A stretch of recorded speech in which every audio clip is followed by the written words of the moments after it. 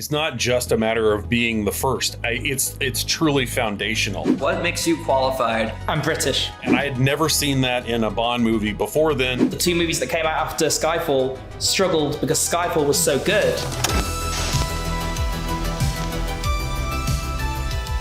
Welcome one, welcome all to ScreenRant's Challenge My Goats. My name is Liam Crowley, and I am your shepherd through this show of superlatives where we debate the greatest of all time in various categories of cinema. Today, we are debating the greatest James Bond movie of all time. Our expert today is ScreenRant movies and music editor Todd Gilchrist. Todd, I have to ask you up front, what makes you qualified to debate this topic, and who is your goat? Well, I've been a fan of the James Bond series since I was about 10 years old when I saw A View to a Kill in the theater, which was the first one that I ever saw in a theater. And since then, I have written extensively about James Bond movies, covered them, and just been a huge fan of the franchise, revisiting the older chapters and watching them and falling in love with them. And that's exactly why, I originally came around in the opportunity to champion the greatest James Bond movie of all time, and that film is indisputably, and Alex probably could just go ahead and log off now, by deflecting to or excuse me, deferring to my expertise, which is that On Her Majesty's Secret Service is the greatest James Bond movie of all time. If you have read Todd's essay on ScreenRant.com, you know that this is a very passionate pick, and I'm excited to hear the debate and the rebuttal you have prepared against Alex. Alex Leadbeater, you are our challenger today, ScreenRant's content director. Alex, what makes you qualified to challenge Todd's GOAT? I'm British. Bond is a religion to us over in Britain. So, I'm not there anymore. Ultimately, Bond is something it's in our blood. It's something I've been hyper aware of long before I was 10 years old. Seen every movie. They would always play on TV on a Sunday afternoon on ITV. So you just absorb it. It's there. It's present. So that fundamentally is what makes me legitimate. I've covered Bond movies throughout my career. I've been on the radio to talk about James Bond.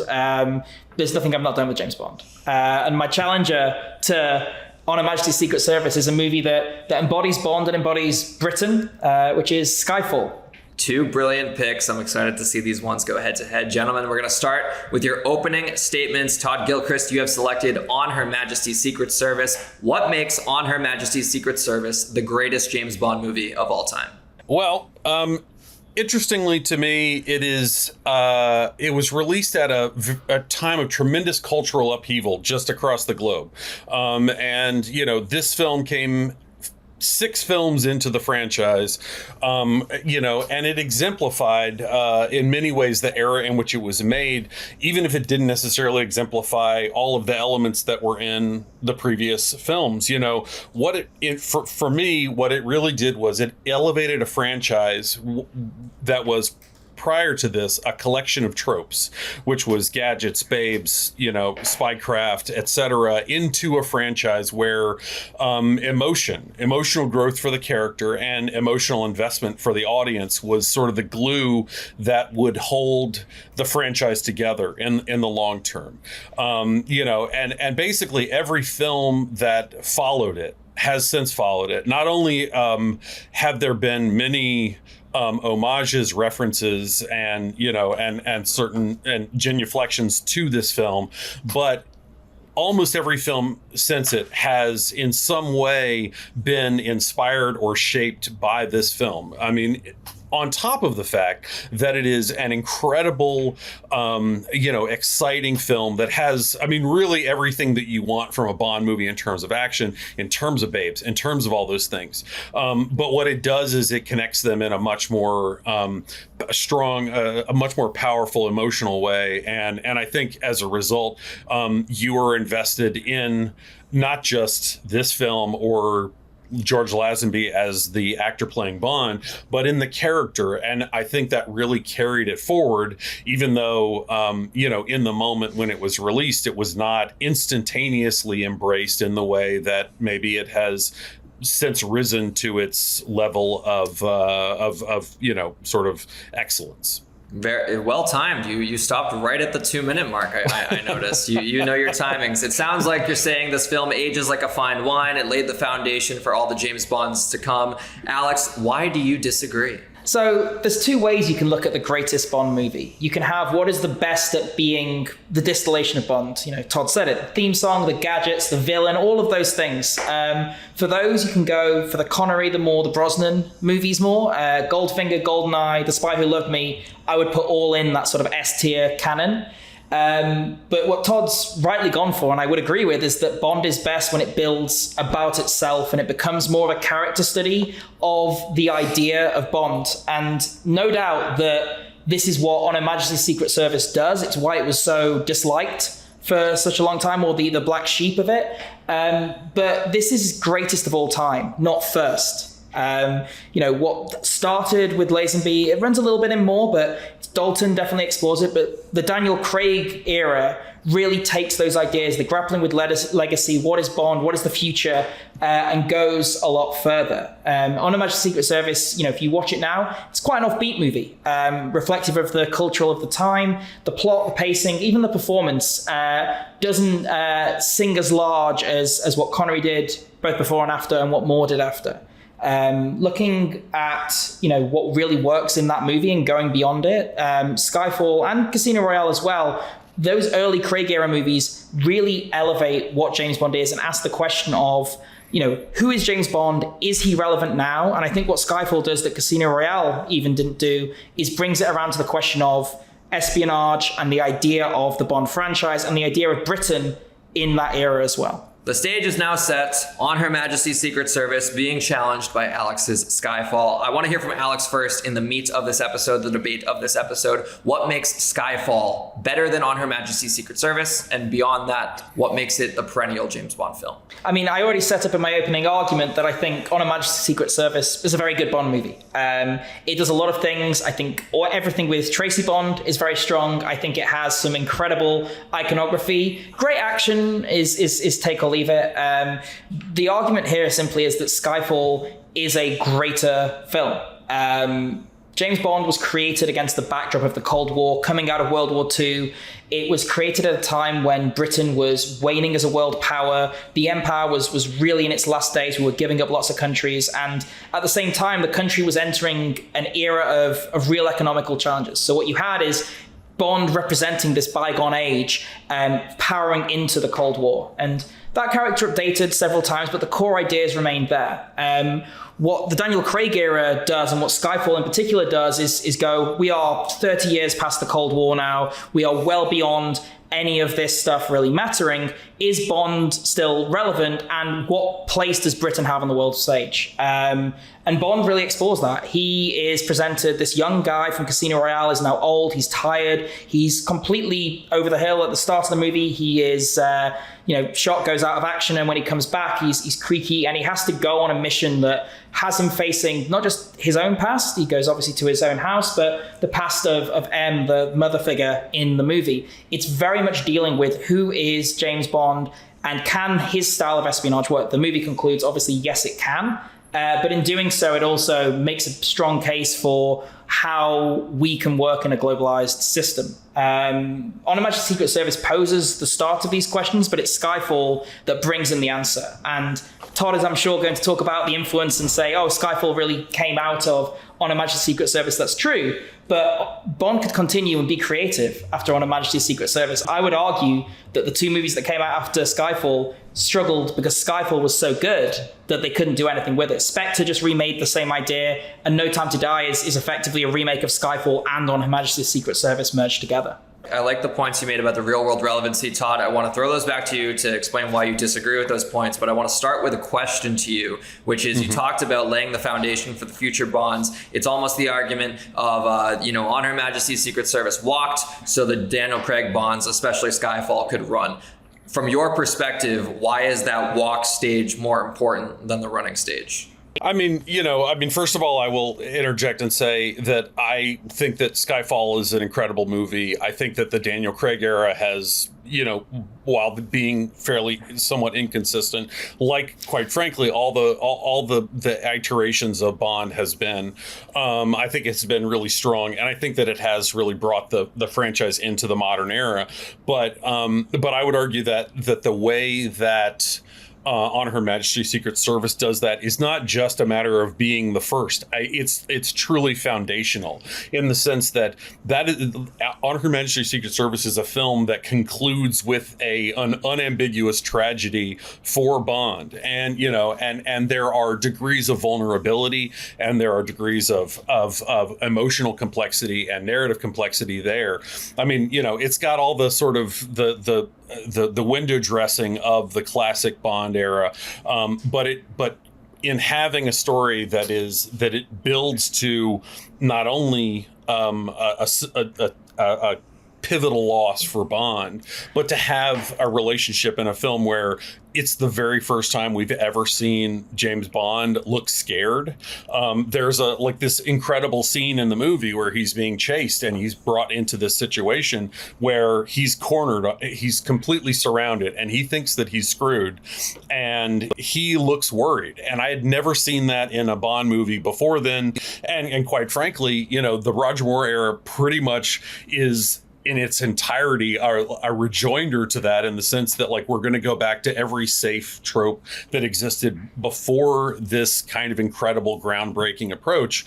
And so what you have is not just, again, to go back to Alex's point, it's not just a matter of being the first thing or underdeveloped, but it really was this thing that created an opportunity which really allowed the Bond, all of the Craig movies, which in their own way also were a response to the Brosnan movies, because in the very first Brosnan movie was the dialogue where they describe Bond as a relic of the Cold War. So by the time even they deal with some of those things in the Craig movies, they're not even original ideas or, even fresh ideas. They are extremely well done ideas, but that to me all speaks to the way that everything flows like a tributary from On Her Majesty's Secret Service.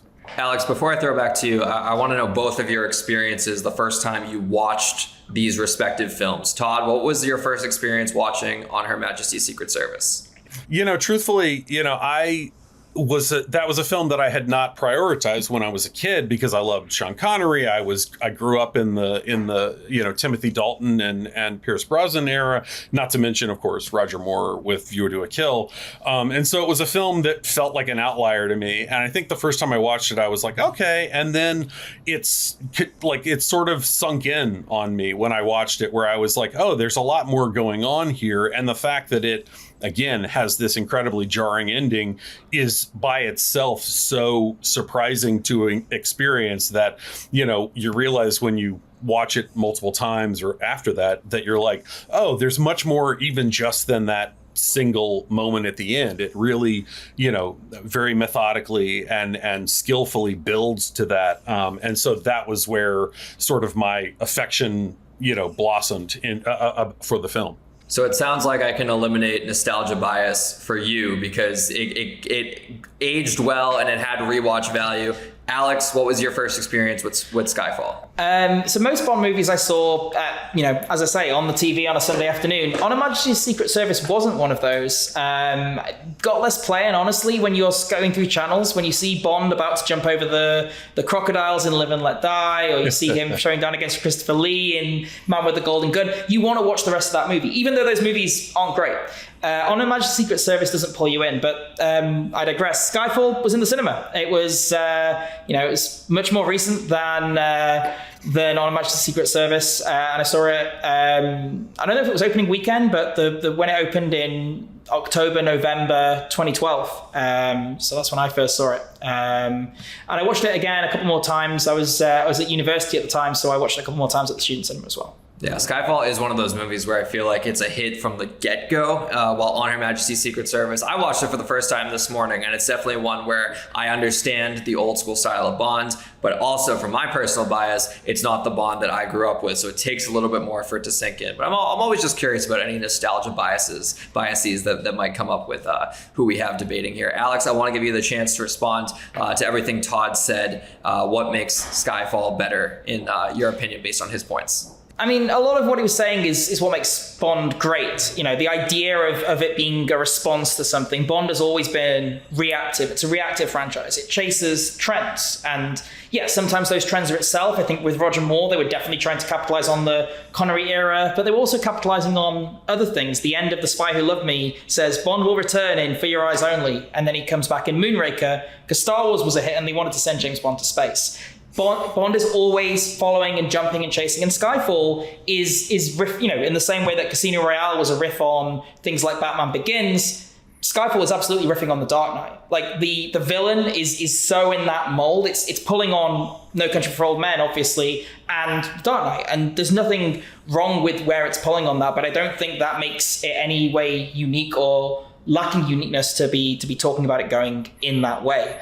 Ultimately, On Her Majesty's Secret Service absolutely has a lot built to it. It's one that is more interesting to watch. I think it's why the opinion on it has come. I think in many ways, the opinion of it is almost an anti-nostalgia where people go back and you expect the Connery era Bond, you go watch it and you're like, oh, there was a Bond from the 60s that wasn't quite like that wasn't all quips, that had a little bit of an edge to it. But we've already seen Bond do that snapback several times. Dalton was a strong response to Moore, and yes, Craig was a strong response to Brosnan. But ultimately, every Bond movie exists in that frame. I think when you take a look at what Skyfall offers, you were talking, Todd, about how strong and robust a movie it is, and how it's very carefully constructed. It is, but it sacrifices a little bit of the Bondian, I think, to get there. Whereas Skyfall, yeah, it's not got like the big crazy gadgets. It's not got all these things, but it knows where to put the placements in. I would say one of the weaknesses of Skyfall is it doesn't have a great Bond girl because it puts the investment instead on having the Moneypenny setter, which is a choice, but also it and understands that. And on M, to agree with you. And on M, of course, yeah. Giving me the argument there. Giving me the argument, yeah.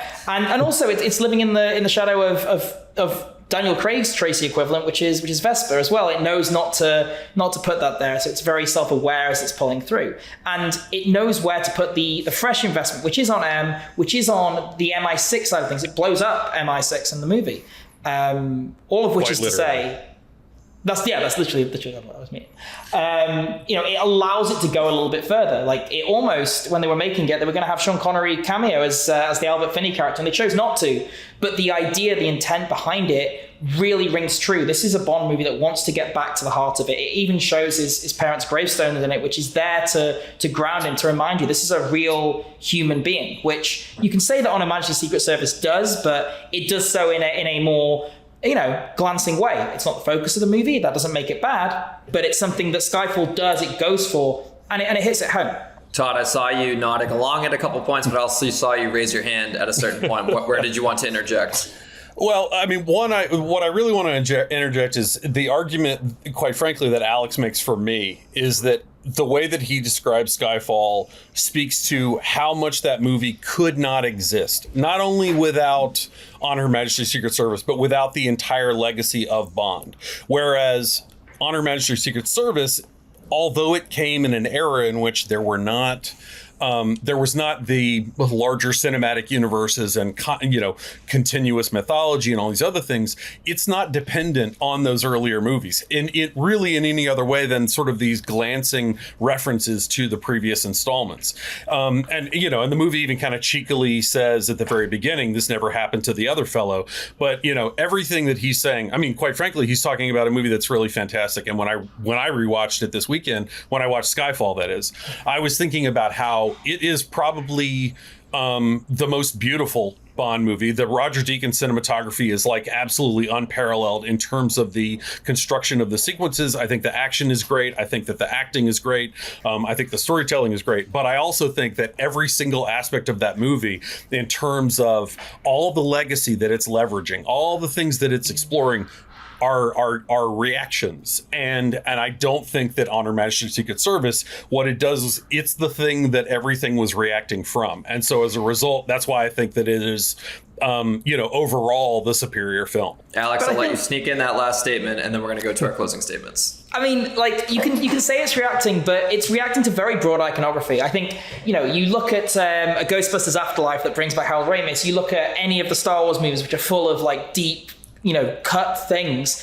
Yes, he goes and gets the Aston Martin, but how many times has the DB5 appeared in a Bond movie as a little nostalgia wink? It happens all the time. The actual references and the sort of like the grounding in Bond lore and seeping that in isn't that dominant in Skyfall. Nowhere near as dominant as it is in Spectre or No Time to Die or things that came later. I think what's quite remarkable for Skyfall, and this is before Lego sequels became such a big thing, it's not really dominated by having all of these references. It's far more about the idea of Bond. And yes, you can point out the references and things like that, but it, as a story, is ultimately grounded on the idea of Bond. Is he relevant? How does it work through? That's not to leverage anything against On Her Majesty's Secret Service, but to your specific point, I don't think Skyfall does any of that stuff in a way that feels derivative. It's very much leveraging forward. And I think one of the reasons why that movie, it managed to enter the conversation of best Bonds and doesn't have the advantage of being such a sharp reset as Casino Royale,